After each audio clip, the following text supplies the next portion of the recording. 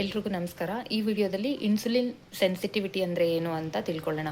ನಾವು ತಿನ್ನೋ ಆಹಾರ ದೇಹದಲ್ಲಿ ಸಕ್ಕರೆಯಾಗಿ ಕನ್ವರ್ಟ್ ಆಗುತ್ತೆ. ಈ ಶುಗರ್ ಅಥವಾ ಗ್ಲೂಕೋಸ್ನ ನಮ್ಮ ಸೆಲ್ಸ್ಗೆ ಎನರ್ಜಿಯಾಗಿ ಕೊಡೋ ಕೆಲಸ ನಮ್ಮದು ಇನ್ಸುಲಿನ್ ಹಾರ್ಮೋನ್ ಮಾಡೋದು.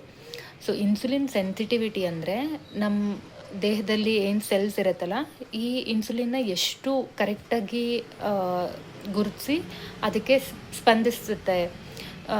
ಸೊ ಚೆನ್ನಾಗಿ ಮಾಡಿದ್ರೆ ಸಕ್ಕರೆನ ಸೆಲ್ಸ್ ಒಳಗೆ ತೊಗೊಳತ್ತೆ.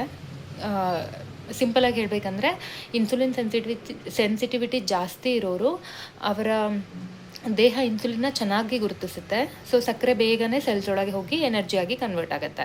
ರಕ್ತದಲ್ಲಿ ಜಾಸ್ತಿ ಶುಗರ್ ಇರಲ್ಲ, ಸೊ ಡಯಾಬಿಟೀಸ್ ಆಗೋ ಚಾನ್ಸಸ್ ಕಮ್ಮಿ. ಆ್ಯಂಡ್ ಇನ್ಸುಲಿನ್ ಸೆನ್ಸಿಟಿವಿಟಿ ಕಡಿಮೆ ಇರೋರು, that is insulin resistance, insulin ಇದ್ದರೂ ಸಕ್ಕರೆ ಸೆಲ್ಸ್ ಒಳಗೆ ಹೋಗೋದಿಲ್ಲ. ಅದರಿಂದ ರಕ್ತದಲ್ಲಿ ಶುಗರ್ ಲೆವೆಲ್ಸ್ ಜಾಸ್ತಿ ಆಗೋದ್ರಿಂದ ಡಯಾಬಿಟೀಸ್ಗೆ ಮೇಯ್ನ್ ರೀಸನ್ ಆಗುತ್ತೆ. Thank you.